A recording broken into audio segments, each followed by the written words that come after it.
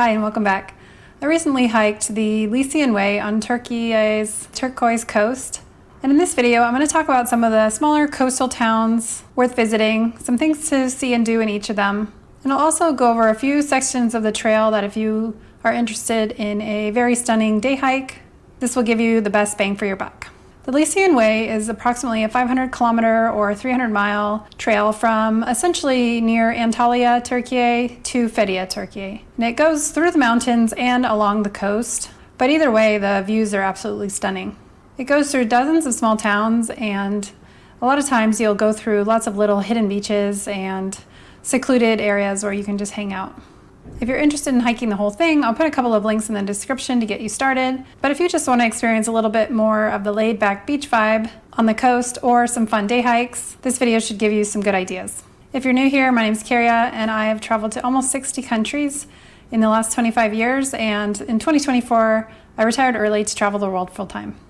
Before I start, I want to recommend that you download the app mappy.com. This used to be mappy.cz, and they do have a premium version that you have to pay for, but without the premium version, you are still allowed one free download so that you can use a map offline. And in this case, they actually will let you download the whole country. So I downloaded the country of Turkey in order to use it for hiking maps. But it's not just good for hiking maps. You can use it to look at trails in the area, but you can also use it to route yourself from one place to another, or you can use it to look to see how far something is away or how many feet of elevation gain you have to get to the place. The other thing that's really cool is that it will, if you're online, it will also give you the weather. So if you're going to start at 2 p.m. and you're going to arrive, you think, at 7 p.m., it's going to tell you the weather along the trail as you're going. So it'll show you on the map all of the weather that you're going to encounter along the way. But it's not only good for hiking, it also is good for using the transportation. So it will show you the bus stops in some of the smaller towns, which is nice because they don't use actual like coach buses or city buses. They use a minivan, which is called a dolmuş.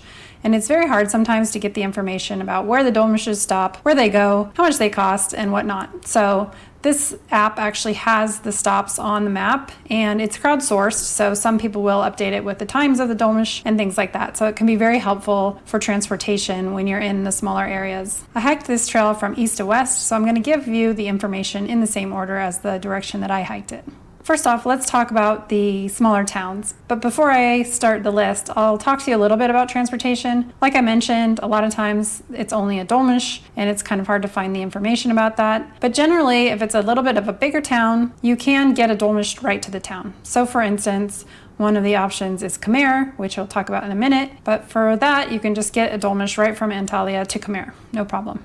However, if you're trying to get to a smaller town, you may have to have a destination of a larger town that's past the smaller town, and then you'll have to get off in the middle of the route and catch another dolmuş to get to the smaller town. So in this case, let's use the town of Karaöz. In that case, you need to get the dolmuş to Kumluca.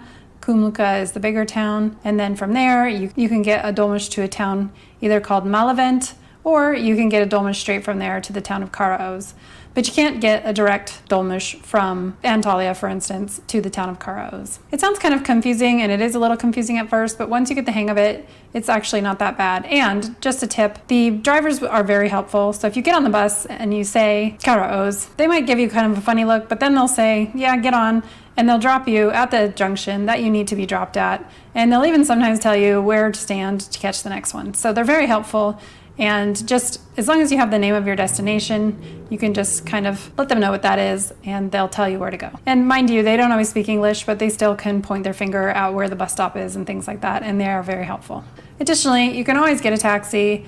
There's always someone willing to take you pretty much anywhere you want to go as long as you're willing to pay the price. However, just be aware, in Antalya, you need to make sure they have a meter. In the smaller towns, you may not always get that opportunity, but just make sure you negotiate your price before you get in. The other thing you're going to need is some cash, so make sure you have enough cash to use for the various forms of transportation. Okay, let's get started.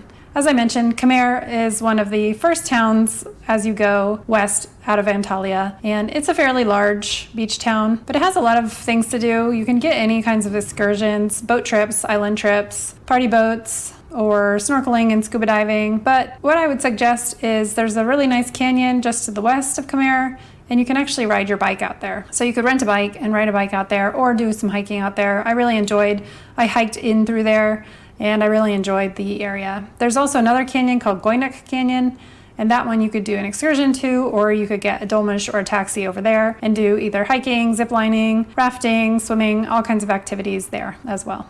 The next town is the town of Çıralı. It's a very small town with a really long beach and a lot of little pensions and places to eat. But the two main attractions are the ruins of Olympus and the eternal flame, which is called the Kemer. The eternal flame is where there's a bunch of rocks with flames coming out that are always burning. And the reason for it is that there's natural gas under the earth that is causing the flames. It's interesting to go see though, both of them, and both of them are walking distance from town. The other thing in Cirali is a really nice hiking area, but I'll get into that in a minute. The next town is Adrasan, and this one also has a large beach, plenty of eateries on the water, and plenty of guest houses. But the main attraction here is boat trips to the island of Suliata. This is an island that sits off of the coast, and a lot of people will go spend the day there, snorkeling, swimming, and whatnot before they come back. You can also do this trip from Antalya, but I noticed a lot of people seem to do it from Adrasan. Adrasan is also a jumping off point for a hike that I'll talk about in a minute.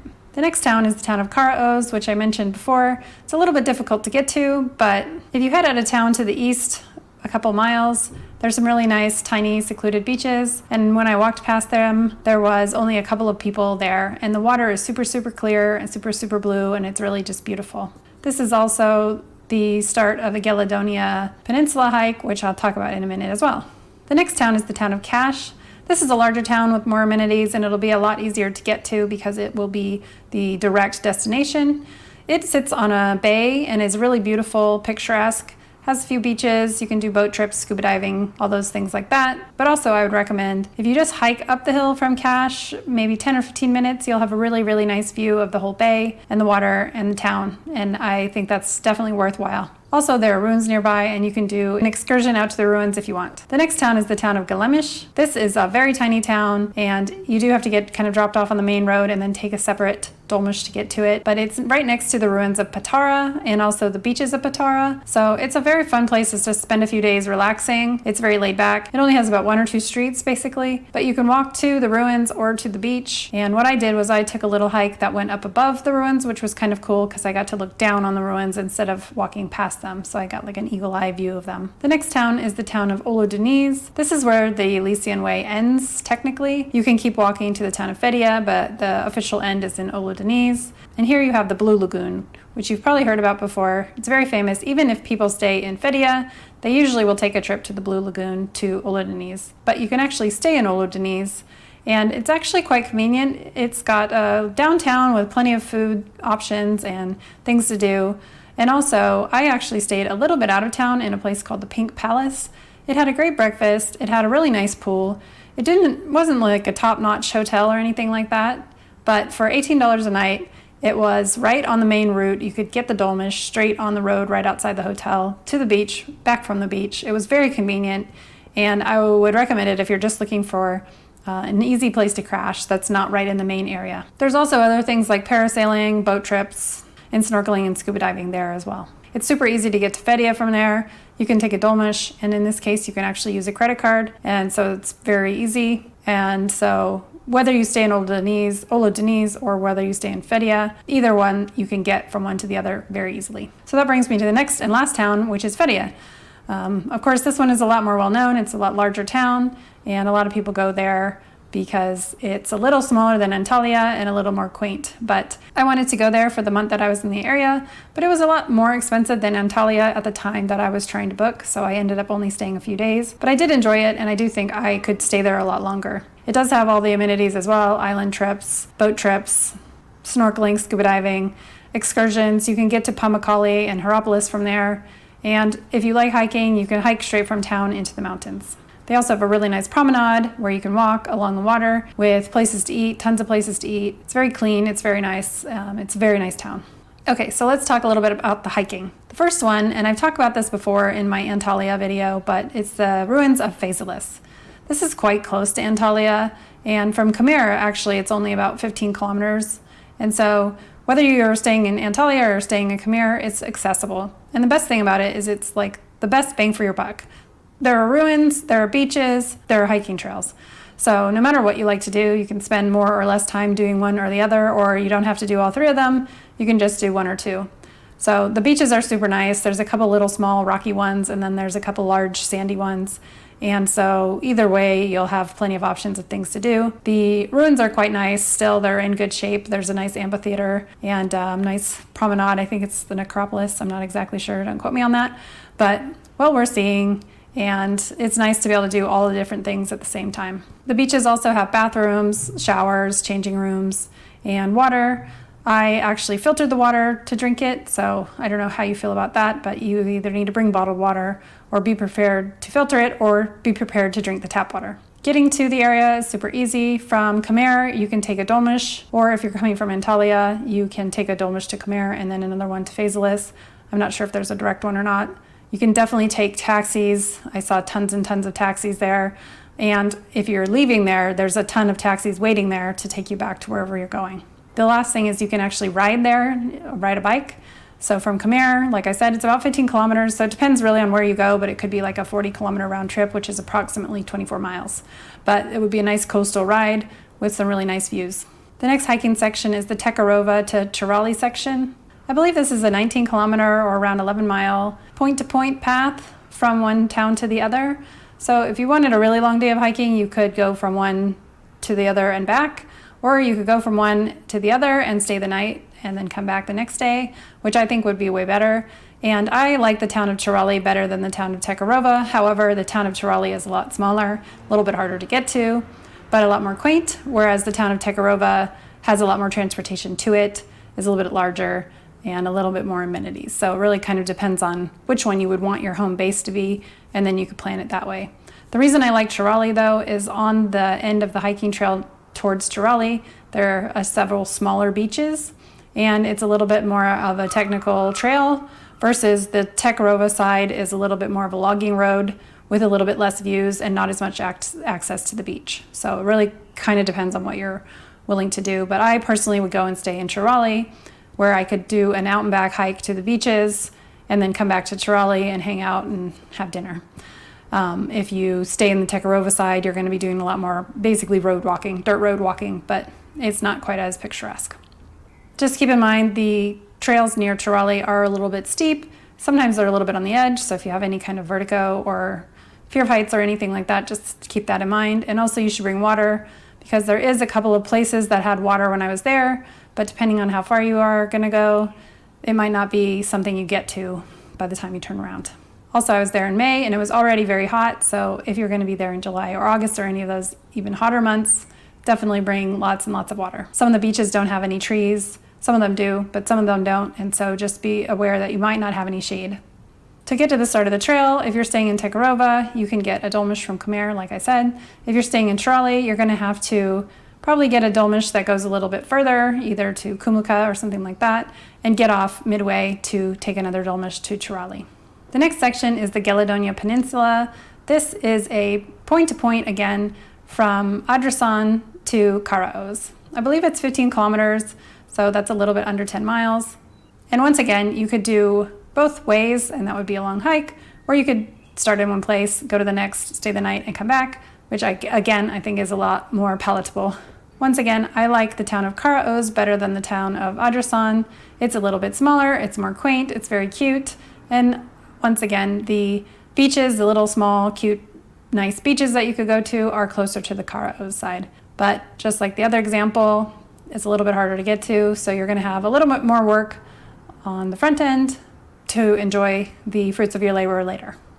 Just note, if you don't really want to hike as much, you can also take a taxi from the town of Karaöz a little bit closer to the quote-unquote trailhead, because part of the trail does have a dirt road kind of paralleling it. So you could get a ride part of the way, and that way you wouldn't have to hike quite as far. To get to Karaöz, you have to take a dolmuş to Kumluca, and then you have to get off and go to Malavent or to Karaöz, depending on where that dolmuş is going.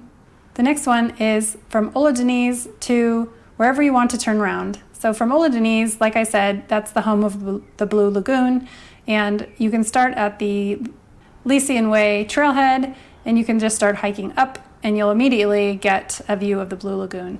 The farther you go up, the better the view goes. of course, but it is an uphill, a steady uphill with not a lot of trees, so it does get a little bit hot, and it's quite rocky as well. I wouldn't recommend wearing any flip-flops or non-athletic shoes because it is quite rocky, and your feet are going to hurt if you're just wearing regular everyday shoes. But the best thing about it is you don't have to go too far for a nice view, and you may even see parasailers or other things like that. The good news is, once you turn around, it is all downhill from there. To get to the start of this trail, you can either walk from the town of Oludeniz, or you can take a dolmuş and get off at the junction, and I can put a pin in the Google Map location down in the description below. Or you can take a taxi to the trailhead as well, and just like Phaselis, there are taxis waiting at the finish to take you back to wherever you need to go. There's no water on this part of the trail either, so make sure you carry plenty of water. When I was there, they did have a few little honor systems where there was juice or water on the trail that you just put money in a box, but it depends on how far you're going up the hill, and I don't know that it would be all the time. So I would definitely recommend bringing plenty of water. So now you have it, some of the fun small towns along the turquoise coast of Turkey and some of the hikes that you can do nearby. Let me know in the comments, do you have any questions? And also, if you've been to this area, what was your favorite town? Or if you've done any hiking there, what was your favorite hike? I'd love to hear from you. And once again, thank you for watching and happy travels. And you can do